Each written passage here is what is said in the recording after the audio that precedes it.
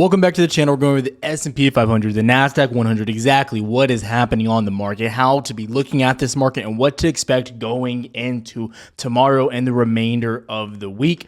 Let's get to it. Now, before we get into that, I need to ask you to do two things. Consider liking and subscribing. I'm giving you the updates every single day so you can see exactly what I'm looking at on the market and how I'm trading this every single day.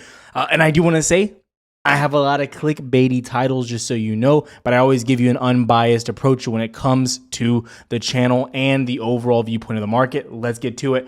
First thing I'm going to talk about is SPY, and I'll talk about SPY because this is basically all I traded today. I'm going to go into Discord real quick and show you what was happening. Basically, we're start of the day. This is what happened. I started trading Pfizer. I got some of those. These ended up running to like $1.02. Not a huge run, but I still think over the next few days they will run. Ended up cutting them either way. I started trading SPY, these 397s. These got all the way up right now to $2.40. Then I traded these once again, the 400s for Monday, and these are currently at like $1.75. Still going up as we speak. Anyways, that's what I traded. And then also J-Ream, of course, finding a lot of killer trades as well. He's actually had 100% of those Tesla calls as well. So that's what we're looking at on the day. That's how I traded. Now going to SPY, and I want to highlight that because this is exactly what I'm looking at, what I'm talking to you guys about specifically. So this purple line represents the start in the daily open of SPY right here, 8:30. This is where the market opened up. Let's talk a little bit about what happened. Let me actually get rid of the 9 EMA for a second and the VWAP. So what we're going to look at is overall the levels that we were talking about. Yesterday's video, I mentioned this level right here, the daily open from the previous day on Wednesday. I said two things, and I want to acknowledge what I said. I said the thing about Biden. I said if Biden turns out he somehow does have cancer. I even mentioned in the first like 10 seconds of the video that I didn't believe he had cancer. I think he just like misspoke and something's wrong with him. But I came on and also announced on Twitter, and I actually renamed the video as well, that he does not have cancer. The White House did address it, and they said he misspoke, which is kind of crazy, but it doesn't matter. Anyways, from that, I said, if it does not have cancer, most likely tomorrow you will start flying. Now, I went over Tesla's earnings call specifically in Discord, and it was one of the most bullish earnings calls of all time. Now, what happened on SPY? I'm going to get to Tesla and everything else here in a second. Yesterday, you topped out this range. You came back down. So today, you opened up. You had a nice bullish open, and then you were rejected from those local highs as well, and you ended up coming back down to that key level. Now, at this time, I did post on Twitter as well. I let everyone know, if you're not following Twitter, link is down below, that you did start to break this level. You came back and you retested it here on the 5-minute, rejected, and then you bounced straight through it. At that point, this was looking like a great play, and this is where I was confirmed to get into my long position. I waited until you get back above the daily level. You had that flag, and then boom, you shot to new highs, and you ultimately never looked back. All day long, bullish, bullish, bullish, and you're continuing right now. You have Snapchat earnings tonight. I will have a little bit of information on Twitter going over that as well, but I have to make this video right now. Now, what I want to talk about is NQ and the way you're moving here. NQ, we've been talking about this. A lot of people, we're bearish, we're bearish, we're bearish. Again, unless we have a catalyst coming out to push us back down, which again, I think GDP and rate hikes can be that catalyst, you're looking at upside. Now, what I want to talk about specifically here is the 1-hour chart and key levels that I'm watching. So right now, you are making your way up to key target number 1, 12.6 you hit, and you're hitting that monthly level most likely right now, 12.666. Now, how are you behaving here on overall Nasdaq? Again, you need to be watching futures because it's going to show you these key levels. What I'm watching continuously are previous highs. And what do I mean by that? So what I'm doing is I'm marking out right here your previous highs of the day before. And then again, so you come back, you retest, and then I'm having these previous highs right here. This is going to give you a great visual of what's really happening on the market and how you're moving. Okay, so retracking this, what happens? You can see when you break through, again, and I recommend you do this for your own self when it comes to your charts. You come up, you test previous highs, trend, come back up. Today, what happened at open? Boom, you retested previous highs, once again, a little bit above, and then you bounced right back up. That's still bullish on the market, people. Okay, so even though I might have a thumbnail that looks crazy, make sure you're paying attention to these key levels and what we're talking about here, because it's going to set you up for those opportunities. And I'm always giving updates on Twitter as well. So right now, what I'm watching for are previous highs here, and then I'm also going to be watching this level about right here as well for possibly a retracement. However, I do want to see these right here. That's where my entry level would be on anything. But let's talk about what's happening right now going into tomorrow and how I expect us to continue moving. So you're tracking up. You have Snapchat earnings. Snapchat is looking pretty incredible. You're just pushing straight up. Now, Snapchat, you are very beat up. You're down at the $15, $16 level. Absolutely wrecked. You're just getting torn to pieces right now. What I'm looking at going into this is Snapchat beats. I don't really care about Snapchat as a stock. What I'm looking at is Meta. And if you look at Meta with Facebook, look at how it trended all day. Even with one of the most bullish days on the market, Meta did have a little bit of upside, but it really just consolidated at those previous highs right here. In my opinion, looking at Meta, if Snapchat beats, which again, I'm recording this before Snapchat even reports, if they miss, in my opinion, the market's going to have a little bit of a dip tomorrow. If they beat, you're going to have some upside. If they beat, Meta's most likely going to start pushing its way closer to 191, 194, and possibly the $200 range up here. I'm telling you, this is setting the tone. Meta's been one of the most bullish stocks. I've been mentioning them all throughout my videos on the past 2 weeks. You've ran this week alone, in the past 5 days, basically since last Thursday to right now today, which is Thursday this week, you've ran from the bottom of the lows of 158 all the way back up to 184 roughly. One of the most bullish stocks that there is right now in the market. Overall, everything's looking incredible. And remember, I told you guys about this. Everyone was saying the big six looks bearish. It looks bearish. It looks bearish. It's a bear flag. I'm telling you, you were trending here and you started breaking on the big six. Apple, Microsoft, Nvidia, Google, Amazon, Tesla, they're all breaking out. So I'm looking for these to keep coming back to this key level. And ultimately, you are getting back to that range right now, in my opinion, right about here. So I'm going to see how you overall start testing this level and how you start moving with these big six right now. But you have a lot of key things coming up because remember, next week, what do we have? We have GDP. We have rate hikes. Very big things happening. If you've noticed, Powell's been very quiet the past week. Has anyone heard from him? Because I haven't. Very strange. If you really take a step back, think about it. On the last month, how often has Powell been speaking?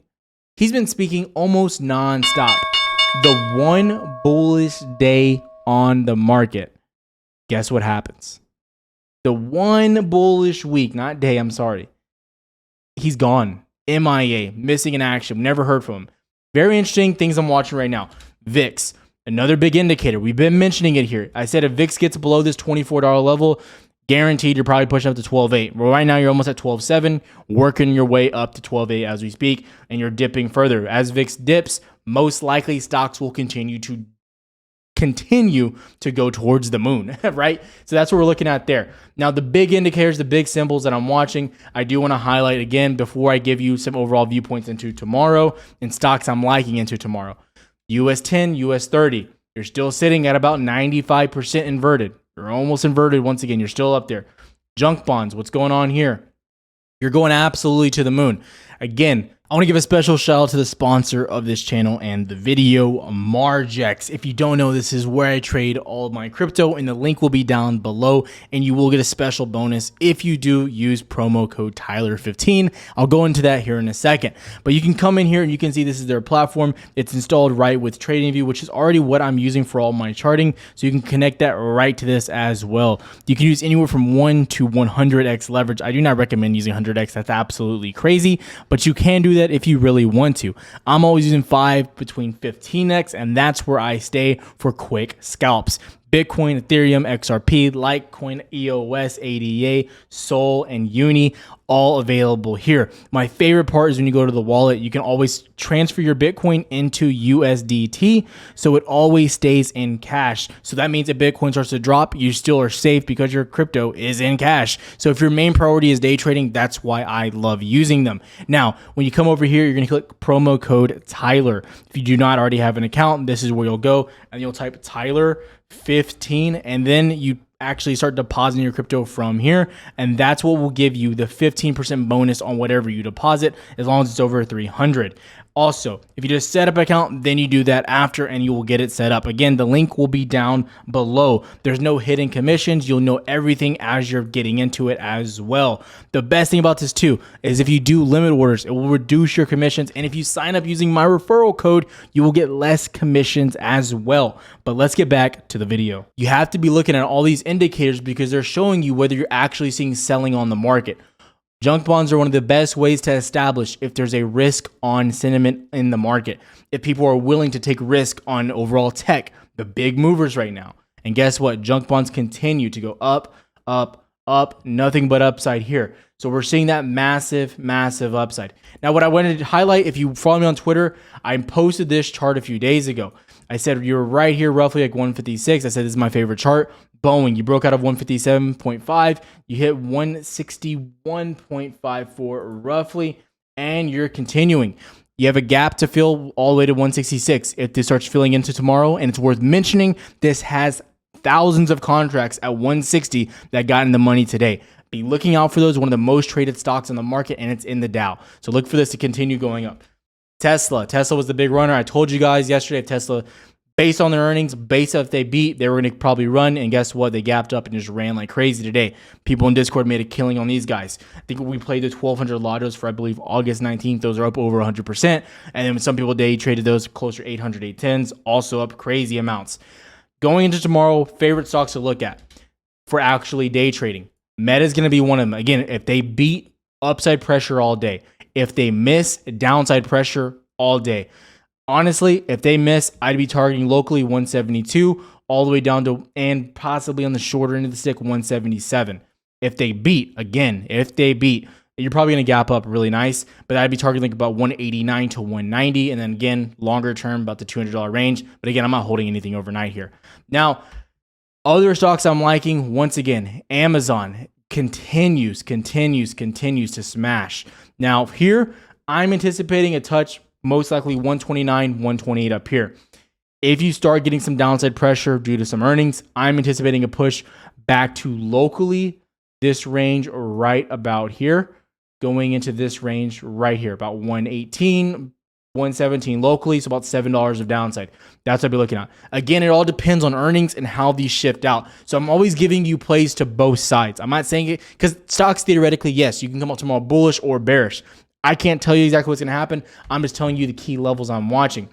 And based on what's happening right now, you've had a monster uptrend and you're finally getting back into the resistance we've been talking about. It's taking you a long time, but it's finally playing out. We've been going over all of this and it's finally led us to getting this push to this key level. So that's what I'm watching for. Maximum upside when it comes to NQ, about 12.8 to 12.9. 12.9 is really pushing it, but 12.8 is what I'm looking for to the upside. And you're almost getting there. You're about 150 points away. So the upside is minimizing now. So what we've been talking about too, if we're coming back to NQ, is maximizing your gain potential, right?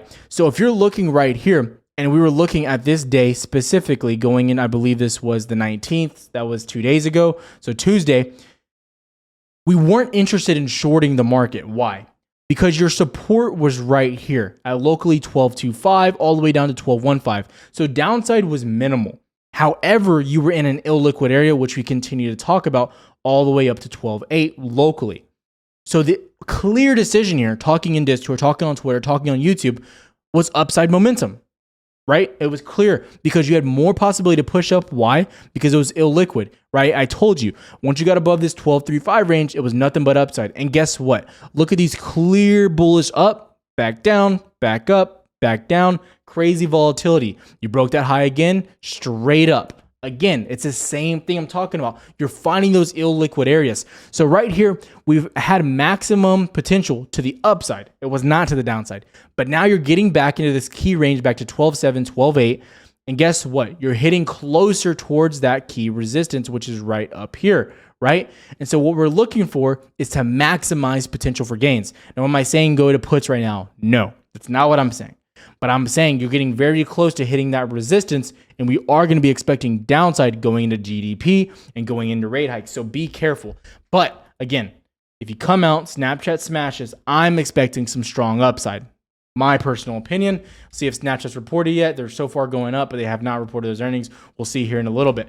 Going into the overall options flow in the market. SPY, what's happening here? SPY. Put to call ratio still pretty bullish. I know puts still outweigh the calls, but looking at this, if we looked over the past few weeks, it's really been dominated by puts. The fact that we're almost even, in my opinion, is bullish. Going to Qs, once again, Qs looking there. People are betting on the downside here. They're hedging their positions here. VIX, remember we were very bearish on VIX. Now look, again, put to call still. People are betting on more downside on VIX, which will push the market back up. Very interested to see these snapshot earnings. I'm going to have everyone notified as well on Twitter. Another big stock to be watching in this scenario is something like Roku, one of my favorite plays. I'm sorry, I'm kind of all over the place, but I want to give you this information to the best of my ability. Roku has been one of my favorite plays for the past 2 or 3 days here. And I'm going to go into exactly why. It's hard to draw this pin. It's really going to be ugly. But overall, I love what's happening here on Roku. I love the overall price action. Why? So you're getting this downside movement. But I want to talk about a stock that's been doing very well, Netflix. Netflix has been doing nothing but upside. Remember on earnings, I told you. I said I have a feeling Netflix is going to smash earnings. I think they're going to beat. I think they're not going to miss 2 million overall subscribers. I think they're going to beat. Nothing but upside here. Roku was directly affected by the Netflix dump, but has Roku pumped yet? No, they have not. So I'm looking at Roku to get a big breakout locally. Light scale for a day trading opportunity, $100, but I think they have potential to really start moving once their earnings come around the corner, but we got to see how they overall play out. But into earnings, I do expect them to be kind of bullish based on Netflix and based on what's happening overall with earnings across the board. So I'm looking at Roku for the possible upside if indexes can continue their run to this upside pressure. Right now, you're seeing a little bit of resistance. You're seeing ES testing right now, 4,000, a key range. This is S&P futures.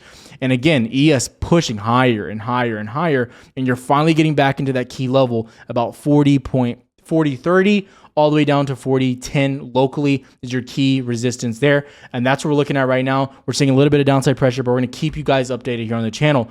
Now, again, really quickly before I let you go, I do want to highlight what am I looking at here.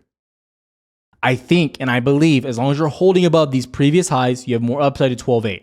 Be careful, but earnings are going to dictate how this moves, Snapchat being the main one of them. If you start breaking these previous highs, I expect downside down to 12.4, 12.35, 12.2. Personal opinion. That's where I see if you start breaking these previous highs you have established. Going into SPY, what am I looking at? SPY wants to fill this gap. I have to believe you're going to fill this gap up to 401.5 locally. I just have to believe it. I just don't see a world in which you do not fill that gap. However, you could always just not fill it. We've talked about this before. So that's what I'm looking at there. If you start getting back below and you really get back below the 395 level, I turn pretty bearish here when you get back below 395. Until then, I remain pretty bullish when it comes to SPY. Now, before I let you out of here, I want to talk about something I posted on Twitter earlier. So on Twitter, I posted this a bit earlier right here. And this is Bookmap. If you don't know, the link is down below if you're interested. But looking at Bookmap, they give you a very clear visual. And what I wanted to highlight was look at the activity from large buyers, the blue at the bottom. Non-stop buying all day from Bookmap. And this is basically showing icebergs, and this is SPY futures. Going back here, what I want to highlight is look at all the, as I zoom in, let me zoom in a little. As you're seeing this trend to the upside, that's consistent buying. We've talked about really big orders. You'll see 1,000 lots here and there, but all day long, 400, 200, 100, 300, just all day long, nonstop buying. Remember yesterday I highlighted the buying that was being bought at the end of the day as well? This is what we're seeing, and you're seeing consistent CVD, that cumulative volume delta, pushing up as well. End of the day, more buying stacking in. This is an incredible amount of buying when it comes to the icebergs and those hidden order books from the dark pool as well. That's why I'm so bullish here, is looking at how that's been behaving. And we haven't seen this behavior in months when it comes to the overall market. So I'm very interested in that. But as I let you out of here, it's important to know the most important factors into tomorrow are going to be earnings and can you hold these highs that we've had. If you start to break down from highs, we expect downside. That's just how it's going to be. It's Friday, so don't expect drastic movement. Play it pretty cool, but I expect a decent trade day coming in tomorrow. Have a good one.